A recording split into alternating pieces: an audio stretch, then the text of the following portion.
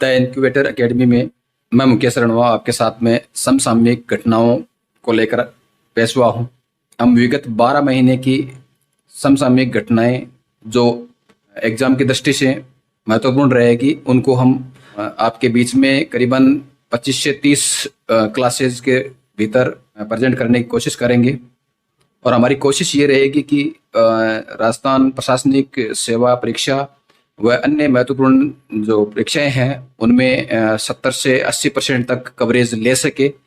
इस संदर्भ में इनक्यूबेटर एकेडमी में आपका हार्दिक स्वागत है। इस वीडियो को आप शेयर करें और हमारे चैनल को सब्सक्राइब करें। ये जो पैटर्न रहेगा अपना ऑब्जेक्टिव पैटर्न रहेगा जिसमें मल्टीपल चॉइस क्वेश्चन होंगे और साथ में इससे जुड़ी हुई कुछ फैक्ट्स है जो विशेष रूप से आरएस, एसआई और अन्य परीक्षाओं में कारगर सिद्ध होंगे। तो सबसे पहला प्रश्न है, राष्ट्रीय बहुआयामी गरीबी सूचकांक 2023 रिपोर्ट किस संस्थान के द्वारा जारी की गई? यस, नीति आयोग भारत सरकार के द्वारा जारी की गई। नीति आयोग भारत सरकार का एक थिंक टैंक है जो कि 1 जनवरी 2015 से अस्तित्व में आया हुआ है। नीति आयोग के द्वारा राष्ट्रीय बहुआयामी गरीबी सूचकांक का पहला संस्करण वर्ष 2021 में जारी किया गया, जबकि दूसरा संस्करण 2023 में जारी किया गया। हाल ही में 17 जुलाई 2023 को इसका दूसरा संस्करण जारी हुआ, जिसमें इसके 3 आयामों को संदर्भित किया गया। पहला आयाम है स्वास्थ्य, जिसमें 3 संकेतक सम्मिलित किए गए। वहीं शिक्षा के संदर्भ में 2 संकेतक और जीवन स्तर को संदर्भित करते हुए 7 संकेतक सम्मिलित किए गए। यह जो रिपोर्ट है वो राष्ट्रीय परिवार स्वास्थ्य सर्वेक्षण 2019 जो 5वां सर्वेक्षण था उसके ऊपर आधारित है। वर्ष 2015-16 से लेकर 2019 से 21 के बीच में भारत में करीब 13.5 करोड़ लोग बहुआयामी गरीबी रेखा सूचकांक से बाहर निकले हैं और इसमें गरीबी प्रतिशत है वो 24.85% से घटकर 14.96% रह गया है।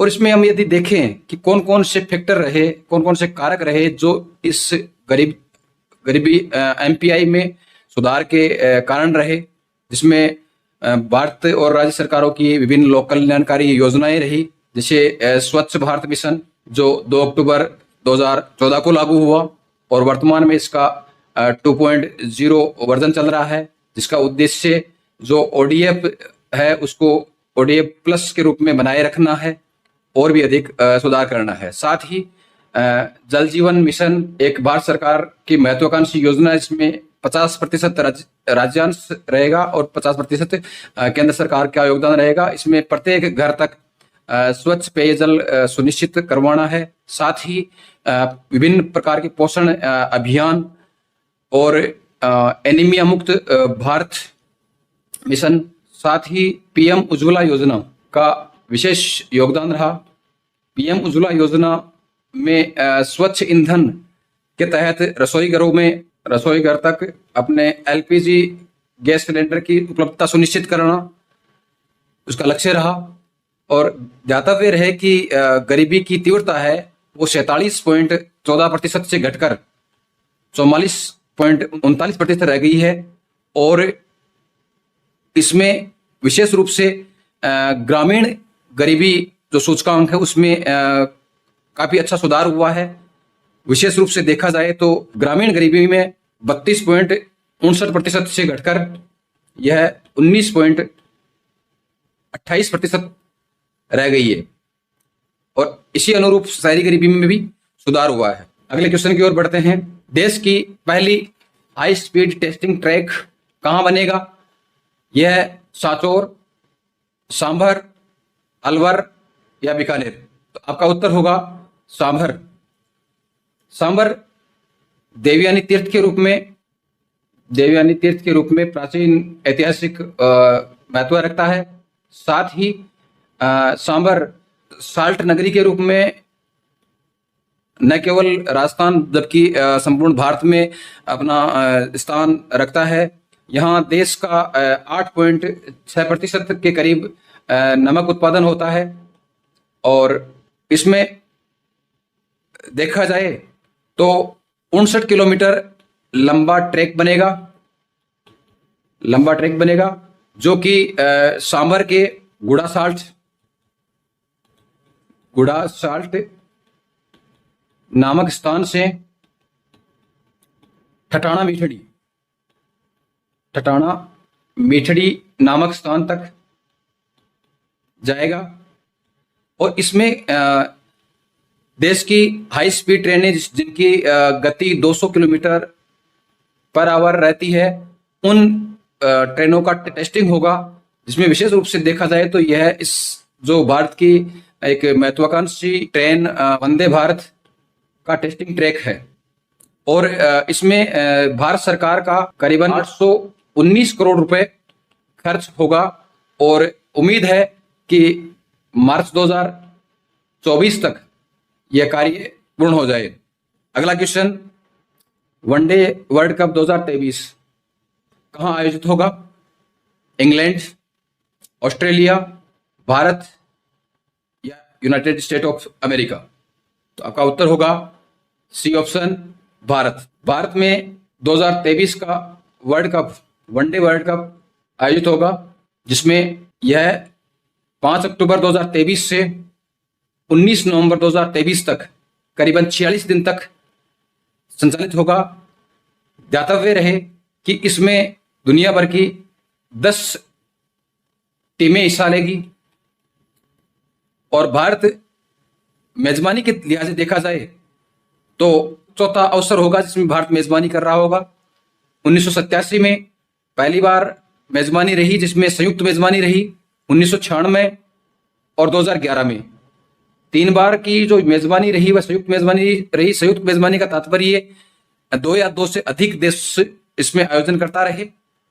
लेकिन 2023 का वर्ल्ड कप एक विशेष महत्व रखता है, क्योंकि इसमें संपूर्ण मेजबानी भारत के द्वारा होगी। इसमें जो पहला मैच है वो दुनिया के सबसे बड़े स्टेडियम अहमदाबाद के नरेंद्र मोदी स्टेडियम, जिसको मोटेरा स्टेडियम के नाम से जाना जाता था, जिसकी क्षमता 1.10 लाख दर्शक है, उसमें खेला जाएगा। और अंतिम मैच भी यहीं खेला जाएगा। पहला मैच मुकाबला इंग्लैंड और न्यूजीलैंड के बीच में रहेगा। ज्ञातव्य रहे कि 2019 का विजेता इंग्लैंड रहा और उपविजेता न्यूजीलैंड रहा। साथ ही राजस्थान के लिहाज से देखा जाए तो राजस्थान में भी एक स्टेडियम चौंप नामक स्थान पर बन रहा है, जो अनिल अग्रवाल अंतर्राष्ट्रीय स्टेडियम के नाम से जाना जाएगा। यह करीबन 1 लाख क्षमता वाला मैदान होगा। ध्यातव्य रहे कि भारत वनडे वर्ल्ड कप में 2 बार विजेता रह चुका है। 1983 में कपिल देव की अगुवानी में पहली बार वर्ल्ड कप जीता, जबकि 2011 में MS धोनी की कप्तानी में यह वर्ल्ड कप जीता था। अगले क्वेश्चन की ओर बढ़ते हैं। क्वेश्चन नंबर 4 है, सुप्रीम कोर्ट के मुख्य न्यायाधीश कौन है? यानी chief justice of India CJI कौन है? CJI पहला ऑप्शन है JB पारदीवाला, दूसरा ऑप्शन है मनोज मिश्रा, तीसरा DY चंद्रचूड़, चौथा है YV चंद्रचूड़। तो आपका उत्तर होगा DY चंद्रचूड़। DY चंद्रचूड़ भारत के 50वें CJI है, जो कि नवंबर 2022 से CJI पद पर कार्यरत हैं। 9 नवंबर 2022 से कार्यरत हैं। DY चंद्रचूड़ के पिता YV चंद्रचूड़ भी सुप्रीम कोर्ट के न्यायाधीश रह चुके हैं। 1978 से 1985 के बीच में ये देश के 16वें न्यायाधीश थे, प्रधान न्यायाधीश थे, और इनका कार्यकाल 7 वर्ष का रहा, जो कि सर्वाधिक लंबा कार्यकाल है। यदि हम CJI के रूप में सबसे छोटा कार्यकाल देखें तो 1991 में अमल नारायण सिंह नाम के CJI रहे, जो महज 17 दिन तक न्यायाधीश रहे। ध्यातव्य रहे कि सुप्रीम कोर्ट की स्थापना 28 जनवरी 1950 को हुई। उस समय सुप्रीम कोर्ट में 7+1 यानी 8 न्यायाधीश हुआ करते थे, जबकि वर्तमान में 33+1 यानी कुल 34 न्यायाधीश हैं। और यदि हम संविधान की दृष्टि से देखें तो अनुच्छेद 124 के तहत राष्ट्रपति हाईकोर्ट और सुप्रीम कोर्ट के न्यायाधीशों की नियुक्ति करता है, और वर्तमान में कॉलेजियम प्रणाली है जिसकी अनुशंसा पर राष्ट्रपति सुप्रीम कोर्ट के न्यायाधीश और मुख्य न्यायाधीश की नियुक्ति करता है। अगला क्वेश्चन है, राजस्थान राज्य मेला प्राधिकरण विधेयक 2023 कब पारित हुआ? 13 मार्च 2023, 12 अप्रैल 2023, 18 जुलाई 2023 या 19 मार्च 2023? तो आपका उत्तर होगा 19 मार्च 2023। बजट सत्र 2023-24 में यह प्रावधान किया गया, राज्य में मेला प्राधिकरण को प्रावधान में लाया गया। राज्य में आयोजित जो मेले हैं, मेले, लोक उत्सव, उनके संरक्षण, मेलों के संरक्षण और वह लोक कलाओं के संवर्धन के लिए मेला प्राधिकरण का गठन किया गया है। और ध्यातव्य रहे कि मार्च 2011 में देवस्थान विभाग का गठन किया गया था, और इस मेला प्राधिकरण विधेयक से देवस्थान विभाग प्रभावी स्थिति में आ जाएगा। अगले क्वेश्चन की ओर बढ़ते हैं, राजस्थान में पोटास का भंडार मुख्यतः कहां कहां पाया जाता है? तो ऑप्शन है आपके सामने, जोधपुर, बीकानेर, उदयपुर, सीकर। तो आपका उत्तर होगा बीकानेर। बीकानेर महज बीकानेर जिले में नहीं, जबकि बीकानेर संभाग में पोटास के प्रचुर भंडार मिले हैं, जिसमें बीकानेर संभाग में वर्तमान में 4 जिले आते हैं, श्रीगंगानगर, हनुमानगढ़, बीकानेर और अनूपगढ़, जो गंगानगर से अलग होकर, गंगानगर और बीकानेर से अलग होकर वर्तमान में जो 19 नवगठित जिलों में से एक जिला है। और पूर्व में इसका एक जिला हुआ करता था चूरू, जो वर्तमान में सीकर संभाग में आ चुका है। बीकानेर संभाग के चूरू, बीकानेर, हनुमानगढ़ और श्रीगंगानगर जो पूर्ववर्ती व्यवस्था थी उसके अनुरूप पोटास के सर्वाधिक भंडार वाला संभाग है। और इसके अलावा देखिए तो करौली में भी पोटास के भंडार मिले हैं, और अभी तक की सर्वेक्षण के अनुसार देश का 95% पोटास राजस्थान में संभावित है या खोजा गया है। राज्य में 2 पोटास ब्लॉकों के लिए ई नीलामी शुरू की गई है। ई नीलामी उसके पोटास के उत्खनन के लिए नीलामी है, जिसमें उसका व्यावसायिक उपभोग किया जा सके। वो है चूरू जिले का गढ़सीसर, जबकि करौली का खेदरसर। अगला क्वेश्चन है, इंदिरा गांधी स्मार्टफोन योजना कब शुरू की गई? ऑप्शन यहां देना भूल गए, लेकिन सीधा ऑप्शन की बजाय हम उसके फैक्ट पर चलते हैं। स्मार्टफोन योजना राजस्थान सरकार के बजट 2023-24 की एक घोषणा है, जो कि 10 अगस्त 2023 को सीएम द्वारा शुभारंभ किया गया। और इस योजना में राज्य की चिरंजीवी योजना से जुड़े करीब 1.35 करोड़ परिवारों की महिला मुखियाओं को 3 साल की कनेक्टिविटी के साथ एंड्रॉयड फोन दिया जाएगा। साथ ही इस योजना में योजना का खर्च 6,800 रुपये है, जिसमें 6,125 रुपये फोन की लागत है, जबकि 675 रुपये इंटरनेट रिचार्ज के हैं। और पहले चरण में 40 लाख महिलाओं को ये दिया जा रहा है, जिसमें विशेष रूप से 9वीं से 12वीं तक पढ़ने वाली महिलाएं जो नरेगा में 100 दिन का रोजगार पूर्ण कर चुके हैं, साथ ही जो बीपीएल परिवार हैं उनको। अगली योजना मुख्यमंत्री अनुवर्ती कोचिंग योजना पर प्रकाश डालिए। ये है, देखा जाए तो मल्टीपल चॉइस की बजाय इसको आरएस जैसी महत्वपूर्ण परीक्षा के संदर्भ में लिया गया है। अनुवर्ती योजना 6 जून 2021 को शुरू हुई योजना थी, जिसमें राज्य के वंचित वर्ग के छात्र छात्राओं को कोचिंग में प्रवेश लेकर प्रतियोगी परीक्षाओं में शामिल होने के लिए आर्थिक सहायता देना है।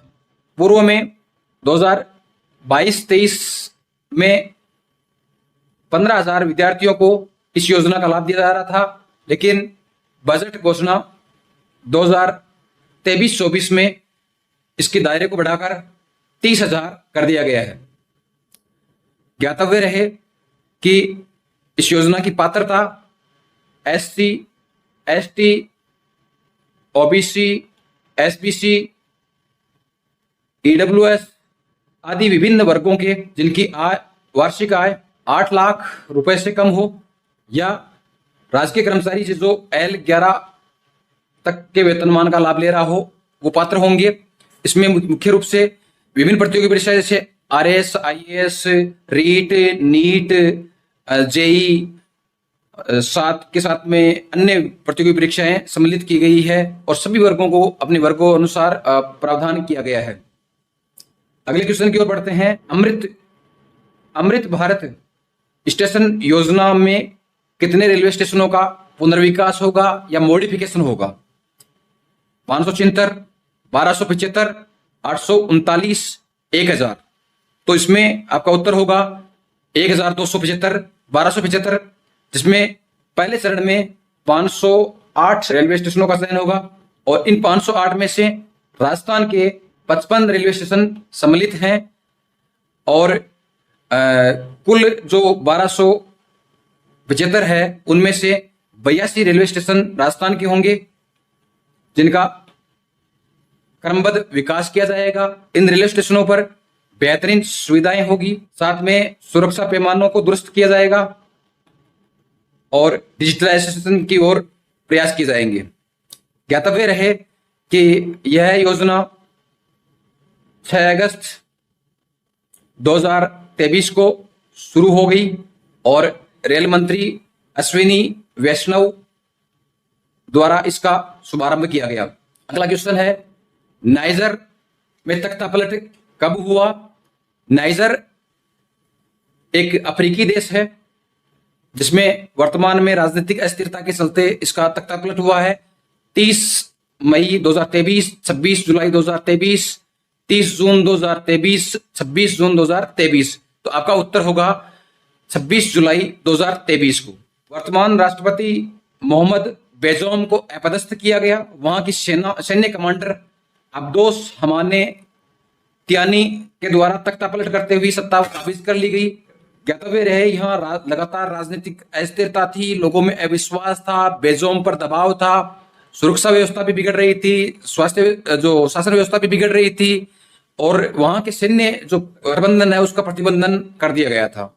नाइजर की राजधानी निजामे है और नाइजर एक साहेल पट्टी, साहिल नहीं है, साहेल पट्टी का देश है। ज्ञातव्य रहे कि अफ्रीका में दुनिया का सबसे बड़ा रेगिस्तान है वो सहारा रेगिस्तान है। सहारा और नीचे की तरफ देखा जाए तो घास के मैदान है, मध्यवर्ती जो अफ्रीका है उसके घास के मैदान है। दोनों के बीच की जो पट्टी है जिसमें ऊपर की ओर रेगिस्तान है और नीचे की ओर वन भूमि है, घास भूमि है। इनके बीच का संक्रमण स्थल है जो कुछ 100 किलोमीटर से लेकर कुछ 1000 किलोमीटर की बीच की दूरी है, इसको साहेल पट्टी कहा गया है और इसमें अफ्रीका के 10 देश आते हैं। यहाँ प्रचुर मानव संसाधन है, प्राकृतिक संसाधन है और सांस्कृतिक संपन्नता लिए हुए यह देश है। सेनेगल से लेकर सूडान तक शुष्क सहारा और आर्द्र सवाना के बीच का यह संक्रमणकालीन क्षेत्र है जहां राजनीतिक अस्थिरता के चलते हाल ही में तख्तापलट हुआ है, जो अफ्रीकी देशों के लिए एक तख्तापलट आम बात सी बनी हुई है। अगला क्वेश्चन, नेशनल हैंडलूम वीक कब मनाया गया? 3 से 7 अगस्त 2023, 1 से 6 अगस्त 2023, 15 से 18 जुलाई 2023, 23 से 30 मार्च 2023। आपका उत्तर है 3 से 7 अगस्त 2023। यह देश में पहली बार मनाया गया है और इसका उद्देश्य हथकरघा उद्योग से जुड़े बुनकर जो लोग हैं, बुनकर समुदाय है, उनके हितों का संरक्षण करना है और संवर्धन करना है। साथ ही इसमें ज्ञात हो कि बुनकर समुदाय में, बुनकर या जुलाहा समुदाय में 85% लोग या तो एसटी कम्युनिटी से आते हैं या फिर अल्पसंख्यक वर्ग से आते हैं और इसकी मॉनिटरिंग उद्योग मंत्रालय के द्वारा की जाती है। राजस्थान के उद्योग मंत्री है वो शकुंतला रावत है। शकुंतला रावत की अध्यक्षता में बुनकरों को राष्ट्रीय पहचान दिलाने के उद्देश्य से ये किया गया। अगला क्वेश्चन है, राज्य में दिव्यांगों की शिक्षा के लिए कितने विश्वविद्यालय खोले गए हैं? तो आपका उत्तर होगा, इसमें ऑप्शन है 1, 2, 4 या 3। तो आपका उत्तर है 2 विश्वविद्यालय। पहला विश्वविद्यालय बाबा आमटे दिव्यांग विश्वविद्यालय जयपुर और दूसरा है महात्मा गांधी दिव्यांग विश्वविद्यालय जोधपुर। ध्यातव्य रहे कि दिव्यांगों के लिए केंद्र सरकार ने वर्ष 2016 में अधिकार अधिनियम लाया, जिसके तहत इनका आरक्षण 3% से बढ़ाकर 4% कर दिया गया है और इसी में प्रावधान किया गया था उनके लिए उनके जीवन स्तर को सुधारने के लिए राज्य सरकार और केंद्र सरकार विभिन्न प्रावधान करे। साथ ही दिव्यांगों को शिक्षा और रोजगार के लिए समुचित प्रयास किए जाए। हमारा संविधान भी इसी पृष्ठभूमि की ओर कार्य करता है, वंचित वर्ग के पक्ष में खड़ा है, निर्बल के पक्ष में खड़ा है। तो इस संदर्भ में राज्य सरकार के द्वारा बाबा आमटे दिव्यांग विश्वविद्यालय जयपुर में स्थापित करना और उसके बाद में महात्मा गांधी दिव्यांग विश्वविद्यालय जोधपुर में स्थापित करना, ये 2023-24 के बजट में जारी किया गया। वहीं अगला क्वेश्चन है, राजीव गांधी कृषक साथी सहायता योजना में कृषि कार्य करते समय यदि कोई व्यक्ति दुर्घटनाग्रस्त हो जाए, कोई काश्तकार दुर्घटनाग्रस्त हो जाए, तो उसको कितनी सहायता सरकार के द्वारा दी है?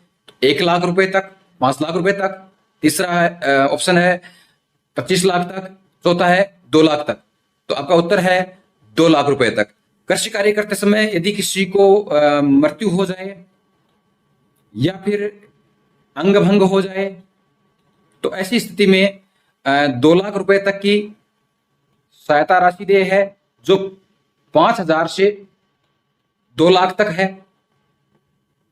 इसमें कृषि कार्य करते समय जो स्वयं कृषक है, जो अपने खेत में काम कर रहा है, या खेतीहर मजदूर हो सकता है। और इस योजना का प्रावधान है कि राज किसान पोर्टल पर जो इसके संदर्भ में आवेदन किया जाता है या सूचना भरी जाती है, जिससे उसको त्वरित राहत मिल सके। उस परिवार जिसके साथ में किसी प्रकार की अनहोनी हुई है या शारीरिक क्षति पहुंची है, तो उसको त्वरित लाभ दिया जा सके।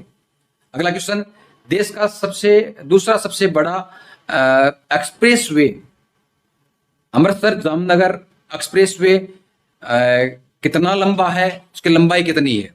ऑप्शन है आपके सामने 1299 किलोमीटर, 1257 किलोमीटर, 1100 किलोमीटर, 637 किलोमीटर। तो इसमें आपका उत्तर होगा 1257 किलोमीटर। पंजाब से गुजरात के मध्य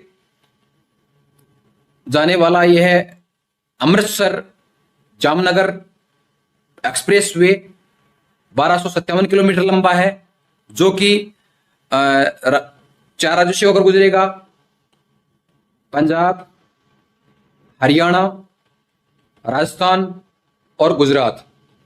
राजस्थान के 6 जिलों से होकर गुजरेगा और इन 6 जिलों में लंबाई इसकी 637 किलोमीटर है, यानी कुल लंबाई का करीबन 50% से अधिक हिस्सा राजस्थान में होगा। यह पंजाब से गुजरात के मध्य है, कुल लंबाई की आधे से ज्यादा राजस्थान से गुजरेगा, यानी 637 किलोमीटर दूरी राजस्थान में होगी। इसमें पंचभद्रा सहित 3 रिफाइनरियां जुड़ी हुई है। ये इसलिए यह आर्थिक महत्व का एक एक्सप्रेस वे होगा, जिसमें जामनगर गुजरात की रिफाइनरी, दूसरी रिफाइनरी अपने पंचभद्रा बाड़मेर जो वर्तमान में बालोतरा जिले में आता है, और तीसरा है अपना बठिंडा। 8 जुलाई 2023 को नौरंगदेसर नामक स्थान जो हनुमानगढ़ में आता है, वहां से प्रधानमंत्री नरेंद्र मोदी के द्वारा इसका उद्घाटन किया गया। ज्ञातव्य रहे कि नौरंगदेसर वह स्थान है जहां 8 जुलाई 1961 को IGNP यानी इंदिरा गांधी नहर परियोजना में पहली बार पानी छोड़ा गया था। उस समय डॉक्टर सर्वपल्ली राधाकृष्णन उपराष्ट्रपति हुआ करते थे। साथ ही इंदिरा गांधी नहर परियोजना 31 मार्च 1958 को शुरू हुई थी, जो कि पश्चिमी राजस्थान की जीवन रेखा के नाम से जानी जाती है। अगला क्वेश्चन है, श्री अन्न योजना अभियान का अंतरराष्ट्रीय ब्रांड एम्बेसडर किसे बनाया गया है? श्री चरणों के अभियान का अंतरराष्ट्रीय ब्रांड एम्बेसडर किसको बनाया गया है? मोहिनी देवी को, मीरा को, कल्पना चावला को या रोमा देवी को? तो आपका उत्तर होगा मीरा देवी को। मीरा बीकानेर के देशनोक की 6 वर्षीय बालिका है, जिसको इसका अंतरराष्ट्रीय एम्बेसडर बनाया गया है। श्री अन्न एक भारत सरकार की योजना है, जिसमें विजन है, जिसमें जो मोटा अनाज, जिसमें बाजरा, रागी, कनेरी, जवार और कुट्टू जैसे 5 मोटे अनाजों को सम्मिलित करते हुए श्री अन्न कहा गया है। और इन श्री अन्नों में भारत सबसे बड़ा इनका उत्पादक भी है और निर्यातक भी है। ज्ञातव्य रहे कि राजस्थान में जो बाजरा उत्पादन है वो देश का करीबन 60% क्षेत्र में बोया जाता है, जबकि देश का 42% बाजरा उत्पादन राजस्थान में होता है। बाजरा और जो बाजरा, रागी, कन्नेरी, जवार, कुट्टू जैसी जो फसलें जिनको भारत सरकार ने, पीएम मोदी ने श्री अन्न कहा है, वो जलवायु सहिष्णु है, कुपोषण शत्रु है और बीमारी को दूर करने में सक्षम है। इससे श्री अन्न योजना से किसानों की आय में भी वृद्धि होगी और साथ में रोजगार सृजन के नए अवसर भी पैदा होंगे।